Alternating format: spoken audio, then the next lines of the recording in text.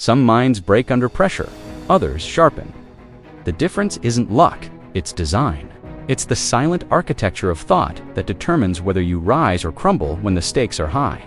And in today's world, that architecture is everything. By the end of this video, you'll see the invisible divide that separates the financially successful from the perpetually struggling.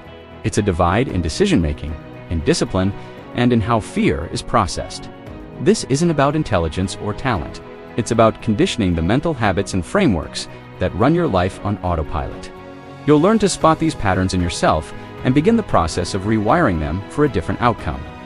It's about understanding the code before you try to change the results. Poverty and wealth both distort the mind, but in opposite directions. One shrinks your available choices, forcing you into a corner where every decision feels like a compromise. The other shrinks the margin for error, where a single bad choice can have catastrophic consequences. The real difference isn't the size of the wallet, it's the size of the reaction to pressure. Pressure is the great revealer. For some, it creates poor, short-sighted decisions driven by immediate need. For others, it forces the creation of rich, robust systems designed to withstand any storm. The game isn't about avoiding pressure, it's about what you build because of it. Let's look at the core operating system. The poor mind constantly asks, "What can I afford today?" This question traps your focus on the immediate, on access. It's a survival-based query that drains mental energy just trying to get through the door. The rich mind, however, asks a fundamentally different question. What can I eliminate forever? This isn't about buying things, it's about buying back time, energy, and focus. One mindset spends its precious energy on gaining access. The other spends its energy on gaining awareness of what truly matters and what's just noise. When you prioritize awareness over access, you stop chasing and start building. There's a common belief that more money automatically equals more freedom. We all chase that idea. But this is a dangerous illusion. Money only adds freedom if your mind is already structured to handle it. Without a strong mental framework, more money just means more ways to lose control, more complexity, and more anxiety. The truly wealthy understand this. They don't just buy freedom with their money, they build default decisions and automated systems that protect their freedom. Think of it like a fortress.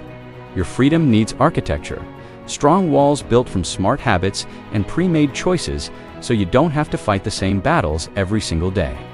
Now consider how you react to urgency. The poor mind is constantly trained by it.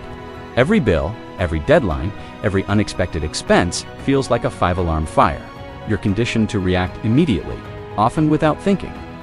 This constant state of emergency makes you predictable and easy to manipulate. The rich mind, in stark contrast, is trained by pre-commitment. They make their most important decisions far in advance, in moments of calm clarity. When a situation feels urgent, it triggers a different response. They deliberately slow the clock. They know that urgency is almost always a trap, designed to force a bad decision. They step back, breathe, and analyze, refusing to be rushed into a mistake. Impulse is the silent killer of wealth. And here, the terrifying truth. Your capacity for impulse scales much faster than your income ever will. A $100 impulse buy is one thing, a $100,000 impulse is another. That's why the wealthy audit their tiny, seemingly insignificant decisions with massive suspicion. They know that small, unchecked impulses are the root of large, catastrophic failures. They treat every minor urge as a potential crack in the foundation, because they understand that impulses compound faster and more destructively than assets ever could. They aren't just managing their money, they are ruthlessly managing their own psychology. So what is the fundamental deep-level difference? It isn't what they know, it isn't some secret financial knowledge, it's what they fear repeating. The core fear of the poor mind is the fear of running out of scarcity, of not having enough. This fear leads to hoarding, short-term thinking, and a panic response to any perceived loss. The core fear of the rich mind is the fear of reacting wrong when it feels like they are running out.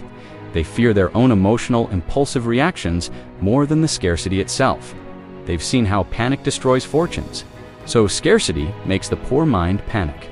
For the wealthy mind, scarcity is a signal to prepare, to fall back on pre-built systems and calm, calculated execution.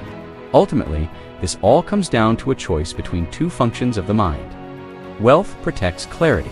It's a tool used to buy the mental space needed to see the big picture, to think long-term, and to make rational decisions without emotional interference. Poverty, on the other hand, forces a reliance on certainty. When you have nothing, you cling to what feels safe and predictable, even if it's a dead end. But certainty is often the cage that keeps you trapped. You know the routine, you know the outcome, and so you never risk the unknown. Clarity is the exit. It's the uncomfortable, uncertain path of seeing things as they truly are, which is the only way to find a way out. The cage and the exit both begin in the mind. Strong mindsets don't come from having more, they come from reacting less. Follow RichNerve.